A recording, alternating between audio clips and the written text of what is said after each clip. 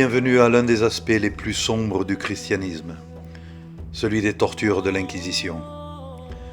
Durant des siècles, l'Église catholique, mais aussi l'Église protestante, ont pratiqué la torture de forme massive pour imposer aux peuples d'Europe et d'Amérique leur religion d'un Dieu unique, vengeur et intolérant.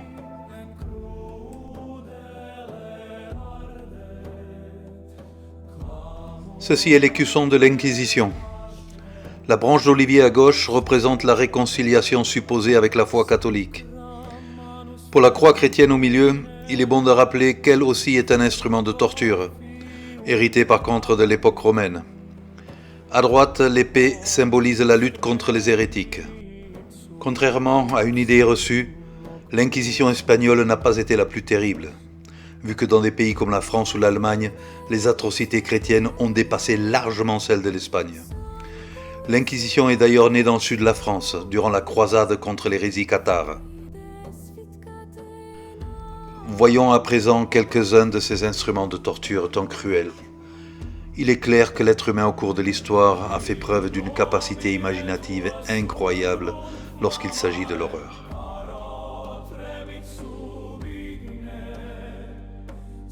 Ceci est le taureau de Phalaris. Bien que l'Inquisition l'a aussi utilisé, ce terrible instrument de torture ne fut pas une invention de l'Église catholique, car il fut inventé durant l'Antiquité grecque et se rendit célèbre durant le VIe siècle avant notre ère en Sicile.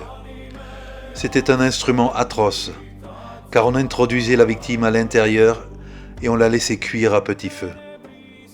Les cris de la victime sortaient par la bouche du taureau et donnaient l'impression que ce dernier rugissait. La légende raconte que le propre inventeur, un certain Perillo, fut le premier à essayer sa machine de torture. Dans ce sarcophage morbide, on enfermait la victime en la perforant avec des clous énormes sans que ceci tue la personne. Le chevalet en escalier fut une des méthodes de torture les plus utilisées durant le XVIe siècle. C'est le principe de l'écartèlement. On attachait les membres de la victime, puis on les tirait jusqu'au démembrement. Cette méthode était souvent combinée avec en dessous un feu et des coups de fouet.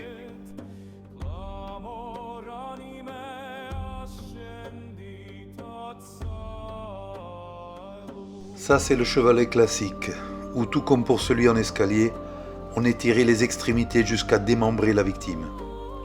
Au début, cela arrachait les tendons et les ligaments, causant des douleurs atroces, et le reste ne pouvait être que pire.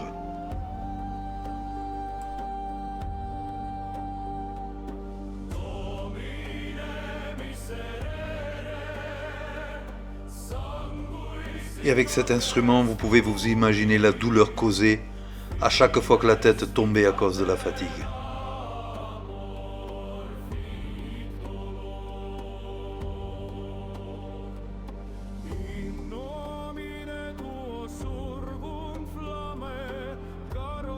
Et encore un instrument pour disloquer les membres d'une victime.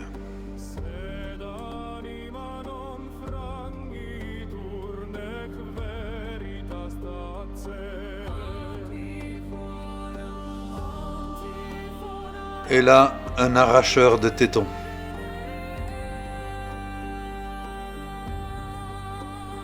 Il est parfois vraiment inutile de décrire en détail les instruments de torture, car rien qu'en les voyant, on comprend jusqu'où peut arriver l'horreur.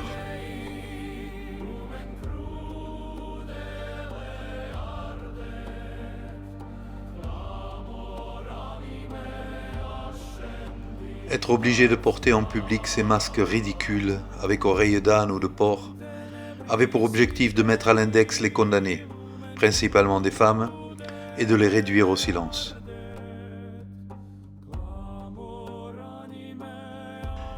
Les condamnés étaient aussi suspendus et enfermés dans ces cages à la merci des gens incultes, qui leur jetaient de tout jusqu'à épuisement.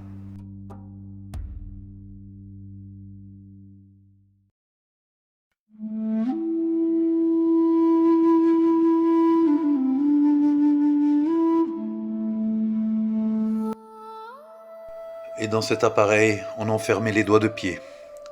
On vissait à chaque fois plus fort, jusqu'à n'en plus pouvoir. Avec ce fouet en chaîne de métal, vous pouvez vous imaginer les marques laissées dans la chair.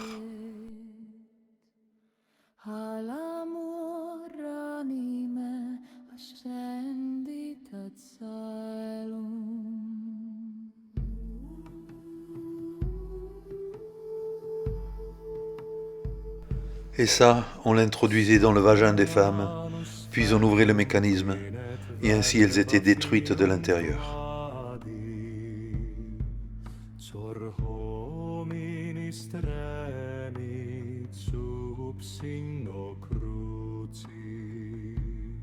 Et pour cette chaise, je crois que tout commentaire est superflu.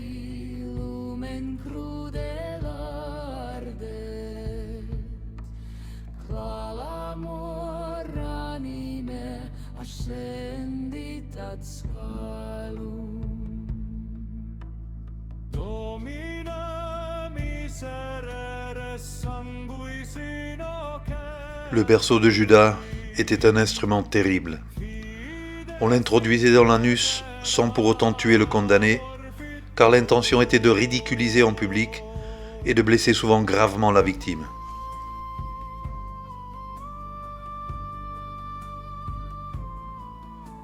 Le violon des commères était en général utilisé pour les femmes accusées justement de commérage ou d'avoir fait de fausses accusations. On enfermait la tête et les poignets.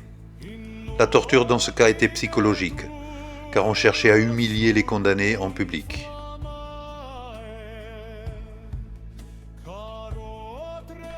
Jouer aux cartes ou aux dés n'était pas non plus bien vu par la foi chrétienne. En obligeant les condamnés à porter ces colliers, là aussi, on cherchait à les humilier en public.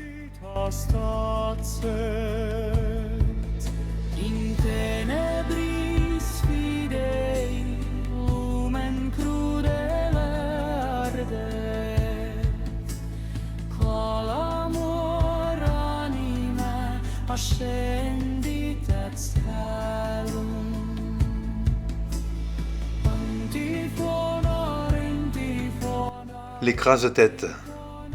La partie supérieure dans laquelle on mettait la tête descendait sous l'effet de la vis qu'on serrait un peu plus à chaque fois. Au début, ça casse la mâchoire et les dents, et puis si on continuait la pression, cela explosait les yeux qui sortaient de leurs orbites. Le supplice de la roue était un instrument très cruel, avec lequel on punissait en général les crimes les plus graves. On mettait le prisonnier nu sur le sol, on lui rompait des os ainsi que les articulations, pour ensuite l'attacher sur la roue. Cette méthode fut très utilisée dans toute l'Europe occidentale durant le XVIIIe siècle.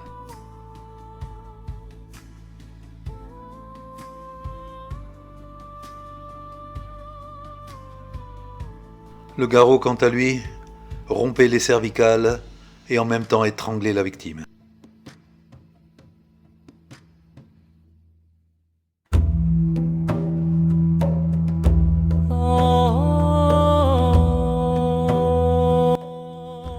La hache était en théorie une exécution rapide et sans agonie, sauf quand le bourreau manquait son coup, ce qui arrivait régulièrement, et qu'il devait recommencer l'opération en laissant le condamné dans un état de souffrance absolue. Parmi les condamnations les plus horribles qu'on puisse s'imaginer, se trouvait sans aucun doute la scie. On pendait la victime la tête en bas et on commençait à la scier à partir de l'entrejambe. Dans cette position, la perte de sang est plus faible, ce qui prolonge la souffrance. Avec cet instrument de l'amour chrétien, entre guillemets, la douleur était indescriptible et inimaginable. La scie fut beaucoup employée contre les homosexuels des deux sexes, ainsi que contre les soi-disant sorcières.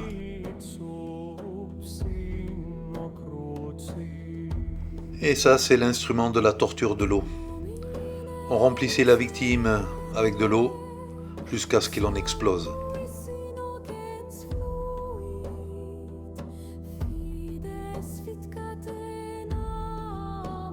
On ne peut vraiment pas dire, en voyant les statues catholiques, qu'elles reflètent la lumière et la joie. Tout est tristesse, souffrance et mort, ce qui dans leur logique paraît normal vu que selon leur théorie, la véritable vie serait après la mort. C'est une méthode sournoise qui permet d'ailleurs de maintenir les gens dans l'ignorance et ainsi de leur faire accepter la souffrance et leurs misérables conditions de vie. In tenebris fidei